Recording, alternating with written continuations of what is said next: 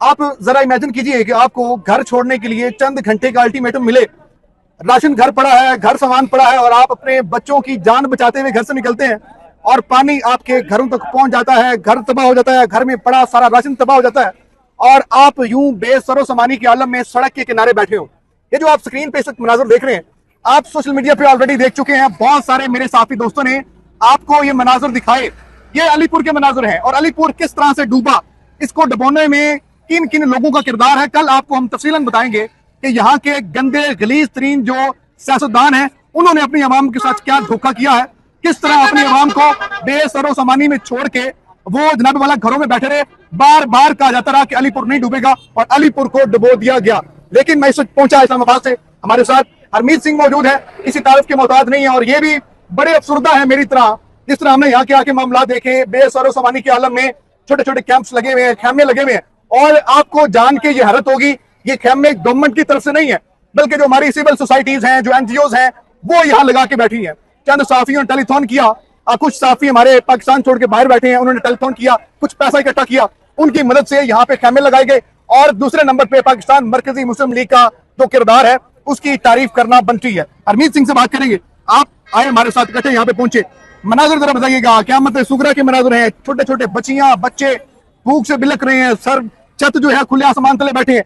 Government किधर है? आपने मरियम औरंगजेब की वीडियोस देखी होंगी, दीगर लोगों की तकरीरें सुनी होंगी। मरियम नवाज भी अलीपुर का दौरा कर चुकी है, आप खुद अलीपुर में मौजूद है, क्या कहेंगे? बहुत शुक्रिया। शायद आपने जिस तरीके से एक मंजर कशी की, मैं उस पर क्या कहूँ, वाकई अफसोसनाक है, दुख भरी। हर एक चेहरा हुआ जो देखें उतरा हुआ है, मुरझाया हुआ है, तकलीफ में है, एक दर्द में है। आपको पता है कि इन लोगों की जो है गाय मजियां, ये इनकी जमा पूंजी होती है, और एक गाय जो है, एक भैंस जो है, वो इनका पूरा सिस्टम इनका घर का चलता है। अब यहाँ पे जिन जिन से मैं देख रहा हूँ उसमें बुजुर्ग भी, बीमार भी हैं, बच्चे भी हैं, एक तरफ गर्मी है, दूसरी जानिब आपने बात की गवर्नमेंट के अव्वल, इसमें कोई शक नहीं कि पूरी रात इनको बेगम होकर सुलाया गया और फिर इस पूरी बस्ती को, पूरे इस तहसील को डुबोया गया। अभी मैं पूछ रहा था कि लाशों के बारे में, तो कहते हैं कि 60 के करीब, वो नौजवान मुझे बता रहा था कि 60 के करीब लोगों की डेथ हो चुकी है। हमें नहीं पता कितनी लाशें हैं, कितने लोग अभी यहाँ नहीं आए हैं, अपने घर वो छोड़ने को तैयार नहीं है। वो कहते नहीं हम अपने घर नहीं छोड़ेंगे। कोई छतों के ऊपर बैठा है, कोई यानी किसी न किस तरीके से अपने को बचाने, लेकिन वो कहते हैं कि हमारा कुछ नहीं बचा है, ना हमारे खेत बचे हैं, ना हमारे कुछ गायें बची हैं, ना हमारे पास दाने हैं, हमारे पास जो कुछ था जमा पूंजा सब कुछ खत्म हो गई है। अब आपने बात की ना, मैं अभी कुछ कैंप में चाहता हूं मैं कल उसको दिखाऊं भी कि जहां पे मरियम नवाज साहिबा, मरियम औरंगजेब साहिबा, वो वहां पे बैठी, वहां पर जिस तरीके से टिकटॉक बनाए गए, तस्वीरें बनाई गई, और फिर कहा गया ये खेमा बस्ती हमने बनाई है इन मुतासरीन के लिए। यकीन माने वो वीरान हो चुकी है और कल वो यहाँ से उखाड़ के लेके जा रहे हैं।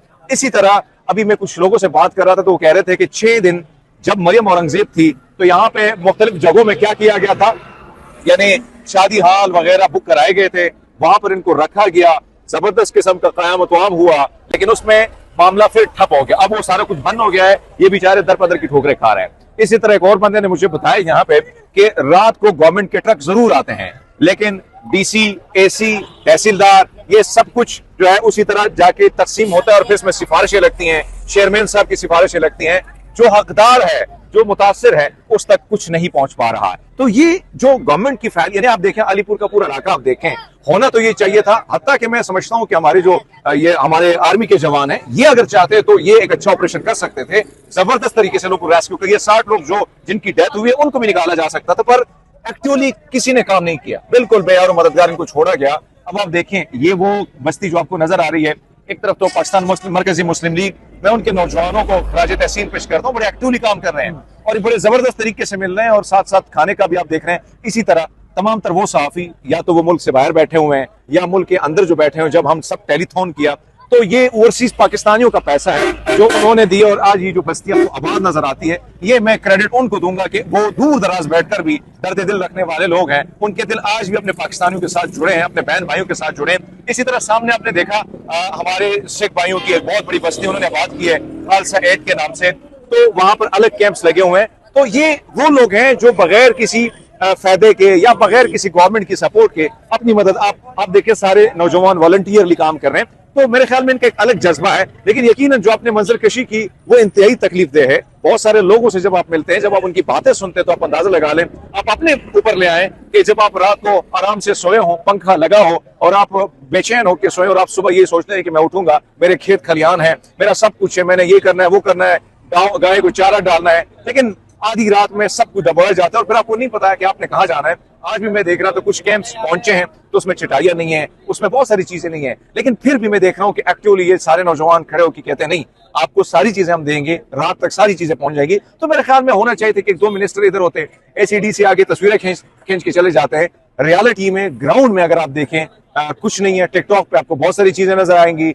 एक इधर वो एक कैप वाला बाबू टाई पहन के फिरता रहता है, मुजफ्फरगढ़ का डीसी है, वो 1-2 फिंगरियां भी उसकी हो गई थी, फिंगरियों को नुकसान हो गया था। तो ऐसे किरदार आपको नजर आएंगे, लेकिन एक्टिवली कोई पार्टिसिपेट करने वाला गवर्नमेंट की जानिब से कोई नजर नहीं आएगा। बहुत शुक्रिया जी। हरमीत सिंह ने यहाँ पे थोड़ा सा घूमे फिरे, लोगों से बात की, आपने इनकी तमाम तर गुफ्तगू को मुलाहिजा फरमाई।